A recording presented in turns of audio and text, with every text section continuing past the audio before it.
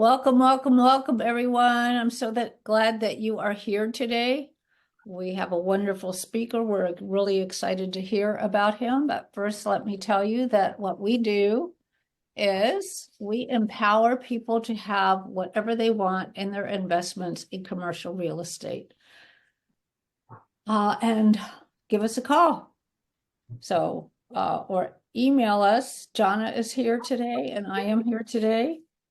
But I found this great quote. So I'm reading this new book, which I just bought, called Secrets Self-Made Millionaires Teach Their Kids. And what I love about this book is it's 365 10-minute conversations with your children. So the parent is to read the short article, which is a page and a quarter. And then there's a quote, an action step, a critical thinking question, and millionaire resource, which could be a book, an article, a movie, and there's one for each one of the lessons. This is an amazing book. I love this book. So here's one of the quotes. What works, and I picked this for you, Luis. What works in the real world is cooperation. And Bill Clinton said that. If you know Bill Clinton, he was a Rhodes Scholar. So cooperation is super important to have a successful business. And we have Luis Melo with us today. He is a land investor and a realtor in California. He's been working with real estate for the past 5 years and has found his niche in vacant land. He has done over 250 transactions across the United States, and he is a problem solver at the core. And yes, he is helping all sellers with their probate needs, LLC problems, behind in taxes, title issues, and much, much more. He's passionate about the meaning of owning a piece of the United States. I love that. And what that can do to someone's life. So thank you very much for being here today, Luis. We are so happy to have you. Please take it away. Thank you, Peggy. Appreciate you guys having me. As you see, I'm a theme park, as a part of being an entrepreneur, you can travel around, you can do fun things. When I was scheduling this call, I did not know it was during spring break. And I had made a commitment to my son to take time off and just to enjoy with him. Peggy, we know each other for 5 years. Once I started doing real estate, I started going to courses and to meetings, and I found yourself. I absolutely appreciate your insight, and you have helped me a lot. And I would not be here if it was not you, Edward, Steve Love, all the people that were going to that meeting. So essentially, primarily what I do, guys, I just flip vacant lots. I lock a property under contract, and then I find a buyer to buy that property from myself for a higher price. So let's give you a couple examples. I have properties all over the U.S., and this year I have closed alone about 21 vacant lots. We're in April. We just started in April, and I have another 7 escrows right now in Utah, Colorado, Arizona, Florida, California, and Nevada. So pretty much I do a massive campaign. I reach out to tons of sellers. There's 4 ways that you can reach out to sellers, Peggy. Text, email, a call or voicemail, and then a letter. I do all of them, guys. You're talking about like people helping you in your business. I have right now 5 virtual assistants. 4 are in the Philippines and 1 is in Miami. And they all help me with that. My job is to find areas where there's enough demand. So once I get a property under contract, I can find a buyer right away. I do escrows in between 60 to 90 days. In that period of time, I'm able to do my marketing and advertise and find someone else to buy it for me. I have purchased lots for $500 and I have sold it for $4,000. I have purchased lots for $1,000, sold it for $17. And I have purchased lots for like $30,000, sold it for $70,000. Right now, I have one in Utah. We bought it. I say we bought it because I used someone else's money to buy it. I didn't touch my money at all. That one, we bought it for $117,000. We're closing escrow for $165,000. I'm giving the investor some percentage of the deal, and I'm getting the rest, which is great. I don't touch my capital. Since I have a lot of deals in the pipeline, I have been doing also subdivisions. Peggy, that's something very new. I have one current in Colorado. I bought this 1 acre in Fairplay. I used my money. Now I'm going through the process of subdividing it. I'm making it into 4 parcels and keeping one to myself, plus making a 6-figure income. That up to date is going to be the biggest project I have ever done it. I'm also trying to do minor subdivisions back in Texas. So there are a couple areas, but my primarily bread and butter is buying those cheap vacant lots and selling it to someone else. I have properties right now in Florida where I got it under contract, 2 vacant lots for $24,000. I went ahead, I hired a photographer because that's what I do.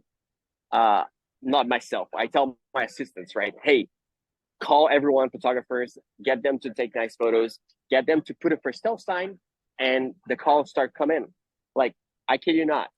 An hour after the lady came to the lot to take a photo, because I don't visit these vacant lots, right, Peggy? They're like far away from me. I work from home virtually. You know, I'm here answering my emails, my calls. So the guy next door called me. Hey, listen, are you selling your vacant lots? I was like, yes, I am. How much you're asking for it? I was like, for those 2 pieces of lot is 1.25 acres each. I can sell it for you for $52,000. Right away, he was like, I will offer you 45. I'm like, amazing, right? It's $20,000 in my pocket right away.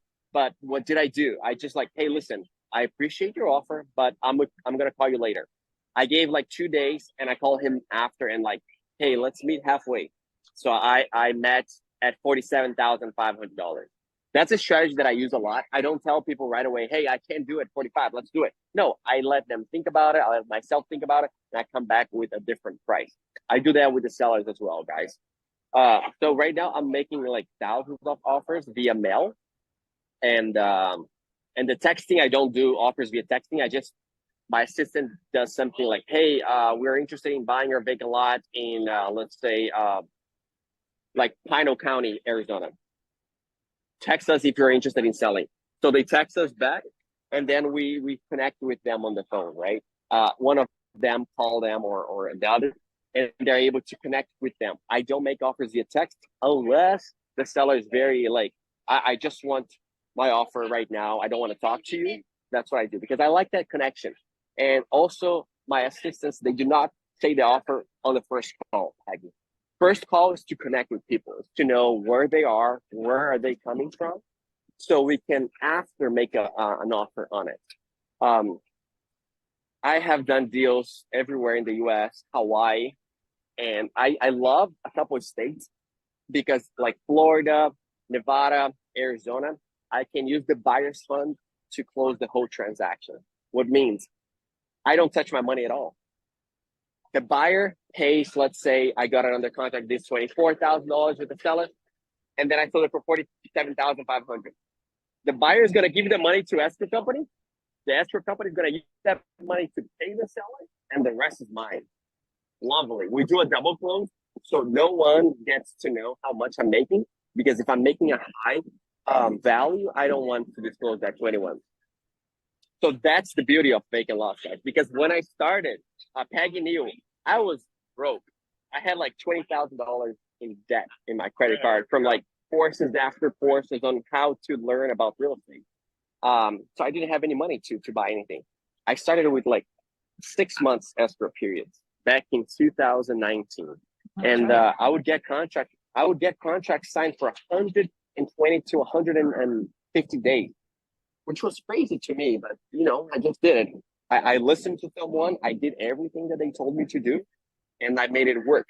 Later, after like I started probably January 2019, and before the end of the year, I quit my job. I was serving tables at a restaurant in University City.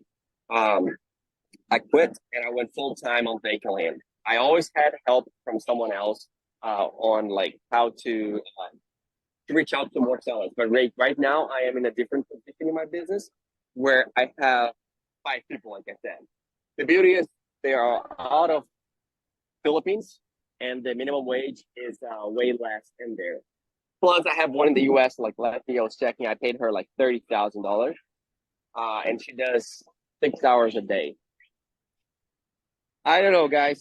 You know, real estate. It's been my life for the past 5 years. I love it right now. This year in Colorado with the subdivision opened my eyes, and I'm like, I learned how to say no to things that I do not want to do. Especially when people come, I have a vacant land deal for you. I'm like, send it to me. Let's get a coffee. You know, I'm like, no, I'm not getting a coffee with you. I'm getting to know you first, and I'm not gonna drive to meet you. I'm gonna get everything done from my computer because I love doing that. And you know, if we have a deal, I'm gonna call you after because a lot of people they think they have deals, Peggy, and you know that, and they send it to you. It's like it's not a deal, and if they're asking too much money or they're offering too much money to the seller. So I value myself and my time more than anything right now. I think it's the most valuable thing to myself. Um, you can never count a deal till it's closed. I had deals where buyers cancel. Like I had one actually today in the morning. I bought this property for 4,500 in Nevada, and I was selling it for $14,000 net to me. So I was making about 85, $9,500, right? The lady called me and she's like, "Hey, I have to cancel this because something happened in my life." She was telling me that her IRS bill for 2023 was 5 times higher than what she got, and I'm just like, you know, it took me a little longer to close that deal, so it's my fault because I was waiting on the document to sell it. But am I sad? Of course. But what am I gonna do? I'm just gonna put the property back for sale, you know, and I'm gonna maybe drop the price to $13,000. I'm gonna make a little bit less, but you know, that's the game. That's the real game, and that's why I have multiple transactions going on at the same time. Like I said, I have so many escrows right now. Everything is in my computer, from like a bunch of states in the U.S. And also, when I'm sending offers, I send it everywhere. I do Indiana, I do Oklahoma, I do like everywhere. It's like I'm just throwing things in the air. And whoever comes back to me, the seller, we make offers on every single property that come back to us. And some of them will say no, and some of them will say yes. Like this guy in Florida, he just said a yes. And I was super happy about it because I looked at the comp. I'm like, if he signed that contract for 24, I can sell each lot worst case scenario because I love to think about worst case scenario for $22,000 each. And I was able to make like 23 something on each vacant lot. It's not closed yet, but every party's working on the documents. Everyone is doing whatever they have to do. So I'm very happy about it. I guess I'm just open for questions right now. I mean, there's nothing more that I can share. You know, some days I work a lot of hours. Some days I don't work at all. I mean, I would not say work at all because I always check my emails. I always call sellers. I always text people, you know. And the follow up, guys. Follow up is very important in the land business. I'm always following up. I have a CRM right now for the past 3 years, or yeah, and I'm always like creating tasks to myself or my assistants because we do not let it go of the sellers for nothing. We keep following up with them. We're bugging them till the day they tell us to go away or to F off. That's what we do. I don't accept a no. I tell them, hey, if they say no right now, you put a test for yourself to call them in 3 months. And let's see what's going to happen. And it's just the consistency and people helping you. Title companies, you got to find good title companies. You're going to go through a few, but you got to be consistent with them. You got to send them gifts because I'm closing like a few lots in a few states, and I use the same one for like the whole state pretty much. Yeah, I guess that's all for me. Oh, I I'm have also a realtor here in California, right? And it's like 90. So this is my breakdown of time. 80% of my time is in vacant lots. Now I started teaching people how to flip vacant lots, Peggy. I'm one of those guys now. And 18% of my time goes to that, to teach people how to flip vacant lots. I have a couple of students right now. And 2% is for being a realtor. And I have a listing right now that we're closing tomorrow in my neighborhood. But how did I get that listing? people in the neighborhood know who I am. I did not chase them. They called me, hey, I'm interested in selling. Can you come and see my house? I'm like, yeah, for sure. And now I have another, it's a rental that I'm going to be helping the guy in our neighborhood too. I rather not do rentals because you don't really make money on those, but it's a neighbor and he asked for my help. So I do it. But 2% is my realtor because if I know at least like 10 realtors. Every single person that I talk to, they know at least 5. I don't think it's I like to specialize in something. And I found on the vacant lots. That's it. Sorry. Well, thank you very much, Luis. That was great. I got a dozen questions easily, but I want to see if anybody else has any questions first. As you know, I can bogart the whole thing with questions. Yeah. I'm So, open, Peggy. I'm an open book. okay, so let me ask, so escrow, so you use a different escrow company for each state? You don't use one escrow company that can work all across the United States? I haven't found one that I like. No. There's one down by you in Santa Ana, I think they are. I have to remember their name. Let me write that down when it comes to me. They work the exchange world, so they Okay. can I don't know that they work all over the United States, but you can ask them. And then so you don't close on these, right? You put them in escrow for a 60 or 90 day, and then you resell them before So that's the biggest strategy that I use right now. I would say 60% of my vacant lots, I am able to find a buyer before I have to purchase. 30% of them, I have to use my own funds to buy it. And 10% I use someone else's fund. So it's all depends on the vacant lot, but it's like a demand test. Every single property that I get, because I have so long of an escrow, I can do a demand test in the area to make sure it's a good deal, right? I cancel contracts all day long, guys. Like this year, I have canceled probably like 6 contracts. Why? Because the area was not so good. Maybe the offer was too high. Maybe there was not enough demand. So once I started double closing, it was like my bread and butter because I would do it larger and I would like Zillow was way more flexible back then. I could push for sell properties in there, and the train's coming, and I could use the buyer's fund. Now I cannot post it on Zillow until I have the property under my name, until I buy it. So that is a little struggle, but I was able to overcome that, Peggy. And I have like a couple of things, like if the property doesn't work in 60 days, I can do an extension. I can cancel the contract. I can lower the price. And yeah, I usually lower the price or I cancel it like because it's not good at all. But lowering the price, it happens a lot, actually. Okay. Yeah, because they really want to get rid of it. They accept it. And at the same time, once they have signed something, they're already counting on that money. Yeah, and they have to pay taxes on it. So if anybody wants to do a 1031 on any of that, let us know. We could put them in passive. So let's see. I have a whole bunch of questions here. Oh, you said there were 4 ways to contact somebody. I don't know if you ever thought about doing a video text. Just No, a I have thought. not. That's one more way to contact, and they can see how good looking you are. Hopefully it won't make them jealous of that. It would be texting, right? But just do the video inside the text message. Yeah, you do the video and then you send it out by text. And Yeah, if you don't put somebody's name, if you don't put somebody's name or date, you could use it for for whatever. For every one of them, yeah. So you talked about lots, but you didn't talk about the distinction between lots. So you bought something you're subdividing. Mm-hmm. Are you going to put 3 families on those? Are those commercial or multifamily No. or single family? So they're single family. Oh, they are single family. Okay. They're single family, yes. Yeah, but 1 to 4 counts as single family. Will they let you put like a 3 family on, go up 3 stories, 3 family on your lot?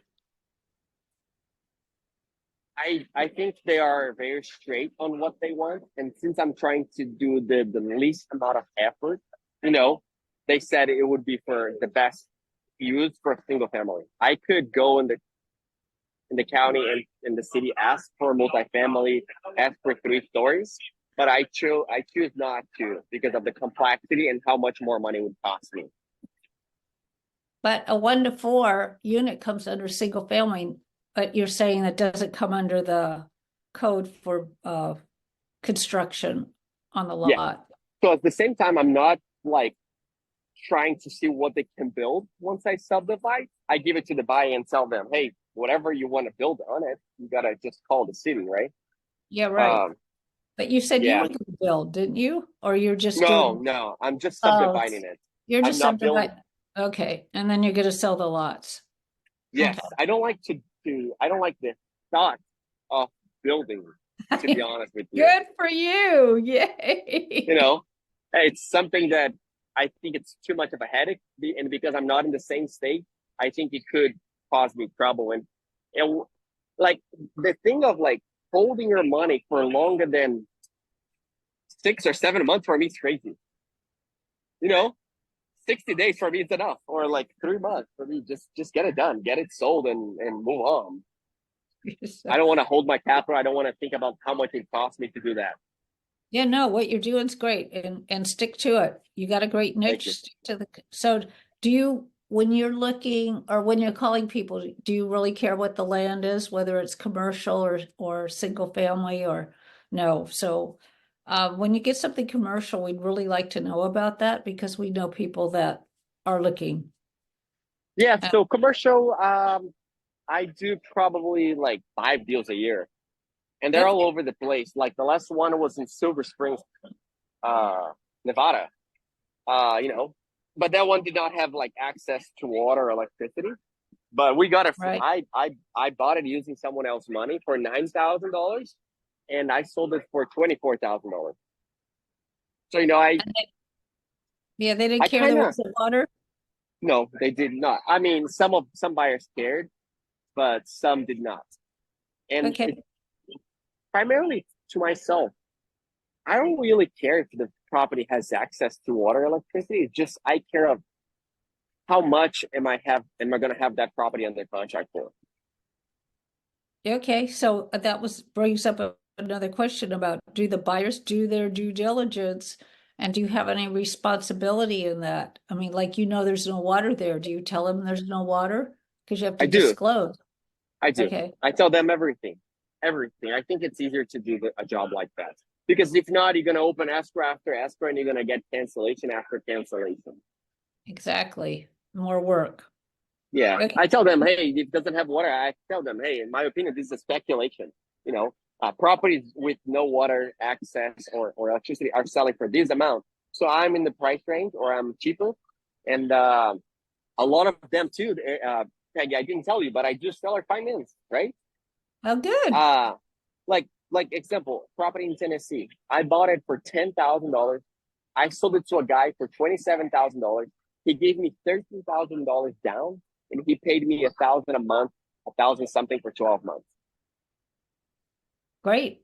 Very And nice. I have about this year I have created 5 seller finance notes already, 5 or 6. Right, Another because deal then in you Nevada, I bought it for $12,000. This couple, they gave me $12,000 down payment, and they're paying me $350 for 48 months. okay. Sounds nice to me. So you're putting that money into your kids' education, right?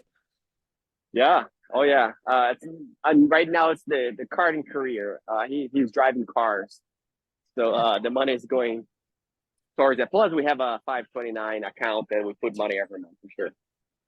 Good. That's great. But I And love the seller finance deals because they come every month. You know, I don't have to fix any toilets, sink. Money just come into my account. They're like beginning of end of the month and beginning of the month, money keeps coming. Like so, I have like probably right now 24 people that pay me every month. nice, very nice. Well, that's nice for Thank you. that 529.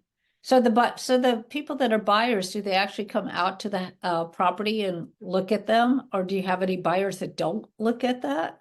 What they I have buyers that don't look at. I sold this property. Where was it?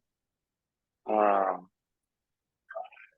in Nevada, actually, Silver Springs. This guy, I got this property under contract for 9,800.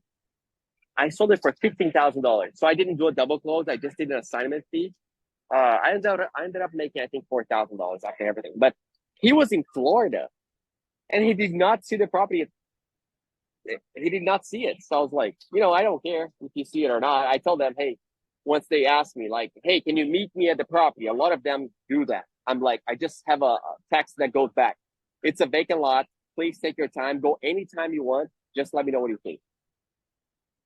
I don't meet anyone at the property. I have never done it, or I've never done it. No. Yeah, well, it's their job to check on the city and see what the city will allow, et cetera, et Yeah. cetera. Yeah, I tell them, hey, call the city, call the county. I can give you this information, but I also need you to make sure this information I'm giving you is correct. Don't rely on anything, like we all do. So here's what I really like, because I had this as a question and you brought it up. You're teaching, so now you have a program. That's great. We'd like to know more about that program. There might be people that would like to learn from you. So can you make sure I get that information and anybody who wants it, will refer them over to you? Yes, please do. I can give you my Instagram. It's the main thing. So I have a virtual assistant in the Philippines as well that she's helping me with all these things. I create the videos she posts, but what I'm doing right now, it's like a one-on-one coaching.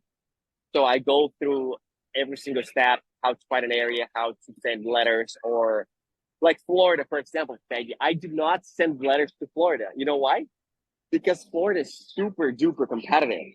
What I do the texting, I do the ringless voicemail, and what else do? I do the emails. So those are the three ways, and they cost me God, like very cheap compared to a letter that's 70 cents. It cost me probably 10 cents. Okay. And I get deals in Florida because of that. But I'm not gonna put my capital. I'm not gonna send all these letters to Florida because tons of other people are doing it. Understood. So Yeah, there are a lot of people doing that, yeah, actually. Somebody wanted to uh, learn. I think I introduced you guys, actually. yeah. That So if was you go several. to like my Instagram, it's Luis Luis Land Land Coach. That's it. Every single word, Luis Land Coach, and you're gonna be able to find me in my information and everything. Okay, good. That's great. So Yeah, I have I think 2 or 3 students right now. Sorry. that's great. So one-on-one coaching, what do you usually charge for that? I do charge a lot of money, Peggy. I mean, it's not a lot of money when you look at, because it's like you have a live person talking to you, have a live person give you feedback. Like I was talking to this student yesterday, and he brought me areas because there was our second lesson, and like, like he brought me like I think 8 different areas. Like 7 of them were bad. Imagine if he was reaching out to those sellers, the amount of time and money he would spend on it. Only one area was good, and I told him why, and I explained it again, and he's like, "Okay, I understand, Luis." And I was like, "Come back to me next week with more areas. Let's review them." Because I done that, Peggy. 2019, I mailed, I You think like did. 1,300 letters. You remember that? I mailed 1,300 letters.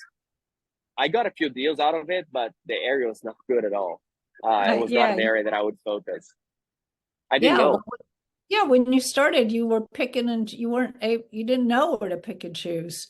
So that's Yeah, why it's great to have a coach so that they do know yeah. where to pick and choose. I'm telling you, that's the most important part. And even though you did the course and got the lessons, you still didn't know exactly where.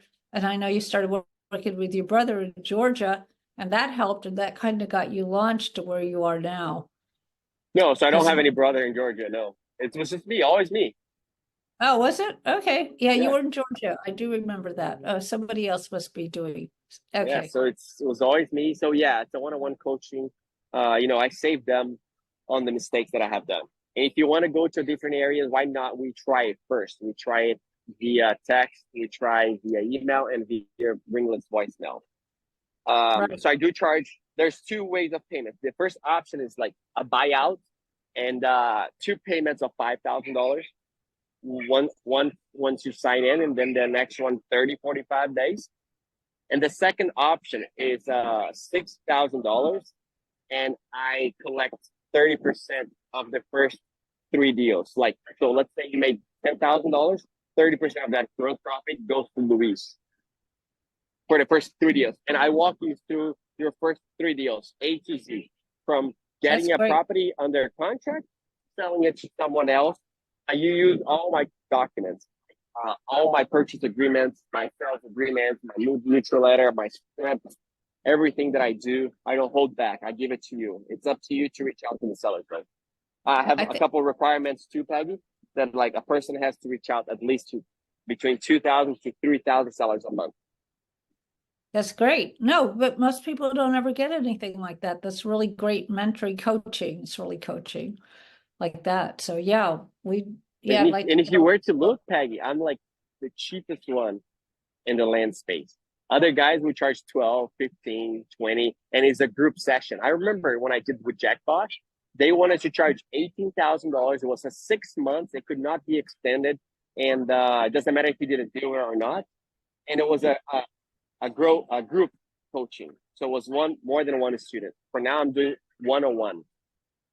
So on your one-on-ones, are you recording them? I don't really record them, no. So Sometimes I do record it just for the students and me, but I don't put it online or anything. No. okay, so here's a couple just thoughts. One is my feeling is, and I was advised by Mr. Clark, who's not here today, that to record all of that so that if anybody comes back to you for any reason and says, you said this or you said that, you've got the recording. That's a one. good idea. And two, you could actually, as you get through these and do all your different recordings, you could put that together as a different program to sell where people could just be online and pay you whatever, and they don't get that other mentoring. They don't get that one-on-one unless they want it. So it's just, yep. you could think about how to do that because I know how smart you are. Like Absolutely. that. I have been thinking about that, doing a course where you just have the information online and you just log in on your time, on your like schedule, and you just listen to the videos. But that to me is something that takes a very specific person to do that and to do it correctly. Because most you people, can hire, you could most go people, they on, need, you can go on Fiverr and they'll put that together for you. And look at, you like those checks coming in every month. Yeah. That's what this would be. This would be just more checks Yeah, coming in. It's supposed to happen. It's supposed to happen, Peggy. I'm like just a little bit busy with my land business. There's a lot of deals happening right now. Have your Thankfully, kids I'm put very it grateful for that. together? Luis, Huh? you got kids. Have your kids put it I together? just have one, and look at him. He's coming right now, and he's only 6. Hi, I'm Peggy. How are you? He can't listen to you. I'm on the AirPods. Oh, okay, that's fine. Well, he at least waved back, so that's really good. So who else has a question? Patricia, you always have a lot of curiosity and questions. You have, and Ted, Jean. Any questions? I mean, not at the moment. Okay. I've been sitting here soaking up. Yeah, well, it's a lot to soak up. No, he's been in the business for 5 years. And what I really like is that he stuck with it, for one. Two, he made some mistakes as he went along. And he was really concerned when he first started this. Really concerned. I was with him, what would you say, maybe a year or so? About a year. And then one day appeared, was probably more than a year. I'm like, where's Luis? Where's Luis? Well, he moved. He moved down to Orange County. That's why we stopped seeing you. So yeah, this business, like, it gave me so many things. I mean, I was able to purchase a house, in California. I was able to get nice cars. I have a couple of properties that I hold myself, for future. And I just love doing it. yeah, it's super simple. It's super simple. It's super simple. Jana. Hey, Luis, thanks. I don't know much about land and flipping land and whatever, but what are you using for comps? Hi, Jana. It's Redfin, Zillow, and Land.com. Yeah, that's it. Good. Simple. they're way simpler to do than a house, to be honest with you. Like in 1 minute, I can give you like an offer to give it to them so we can make money, depending on the area. Yeah, I find Zillow's algorithm incredibly accurate. Not for the estimate. We can't use that for vacant lots. So I just look at the sold, for sale, under contract, and then you check the history on the property. How long did it take to sell, and things of that nature. But a couple of states like Texas, Kansas, I think, Oklahoma, you don't have the sold price. So those are a little bit more complicated to do comparables. But still, it's just going to take a little bit more time. Yeah, they're non-disclosure. I know Texas is a non-disclosure state. Non-disclosure. Yeah, I'm doing Texas right now. It is hard to get comps. So, I focus a lot of my time on the quicker ones where I can do a comp fast because, as you guys know, it's like the money comes from sending thousands of offers and getting rejected thousands of times. So I focus on that. At the same time, the bigger properties, I'm going to Texas right now, so I don't have that information. So it takes me like, instead of 1 minute, it takes me like 5 to 10 minutes. So it's kind of like, oh man, what should I do? Yeah. So I have 2 questions for you. And this is about your proficiency, because you didn't have the mentor, so even though you took the course, you didn't have somebody that walked you through it like you do for other people. So could you tell me, so we know it took you about, 2 years till you got fairly proficient on this. How about for your students? How long does it take them to get fairly proficient? Yeah, I did not take the one-on-one coaching. It was too expensive. It was $18,000 back in 2019. I did not have that money. I just had the drive.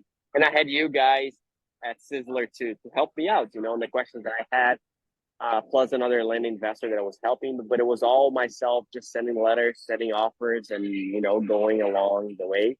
It took me less time than that, Aggie, to making money on like, to really start making money. It took me like a year and 3 months. And then I started making real good money. But right now, I think like if someone is committed, like sending a voicemail, sending a text message, you get the seller right away, so you can make the offer tomorrow. So Right, but and you have students. So yeah, like you have students. So how long is it taking them? Because it took you over a year. How long is it taking your students to become proficient because of your coaching? I don't know about proficiency. I know about deals, how long it takes them to get a deal together, and it's between 3 to 6 months, at least one deal. But proficiency is like some people, they just, like myself in the beginning, I was trying to be a realtor. I was trying to be a land investor. I was working at a restaurant. I didn't know what to focus on. So I can't talk about that. I give them the advice. I give them the tips. I give them what to do. But some people, they just don't listen. I have one student right now. He's just like afraid of being on the call with the seller. Oh, yeah, they don't like to I'm call. like, yeah, I'm like, you have to call people. That's how you're gonna make money. Yeah. And Okay. like 3 to 6 months, you can get 1 deal, 2 deals together, as long as you're sending offers. Okay, great. Well, thank you very much. And gee, if there's no other questions, let's let you go back to playing with your son on his spring break. Does Yeah, anyone thank you, else guys. have a last minute question, Lisa or Ted? Okay, well, we thank you Yeah, very, I very just much wanna for being here. can I say something before I leave, Peggy? Absolutely. No, I just want to thank you guys for your time. It's been a lovely journey. I primarily focus on vacant land because it's very nice to me, because I don't do any general inspection, termite inspection. I can do deals from my computer. So, if someone is trying to learn or something, once they see that works, they have to focus on it. Like I have deals coming on my table, like multifamily, commercial, like all kinds of deals. I don't really focus on them because I know that my time is more valuable in vacant land. I'm looking at some properties to buy because of the profit generating from land comes on a regular basis, and with land there's no depreciation. But at the same time, I know that I have to grind and I have to focus on land and nothing else. I can't go and try to learn about multifamily, apartments. I don't think that's useful to me, you know. And that's something that it just took me time to understand that. It probably took me like almost 2 years to like, hey, Luis, stop trying to be a realtor. And I know it's glamorous and everything else, fix and flip and stuff like that, but no, don't do that. There's too many people doing it. Just go for vacant lot, the easy, quick one. Like 5,000 under contract. I got this property in Arizona, kind of crazy. 5,000 under contract. I put it for some for sale signs. Someone drove by, saw it. I sold it for $16,000. I got a 9,500 check in my bank account, like 3 weeks after.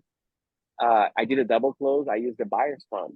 I'm like, this is just insane. You can make so much money in vacant lots. We're even thinking of my wife quitting her job to come and work with me because it's just like becoming to a point where I need someone else expertise in data or things of that nature, because it's just happening right now.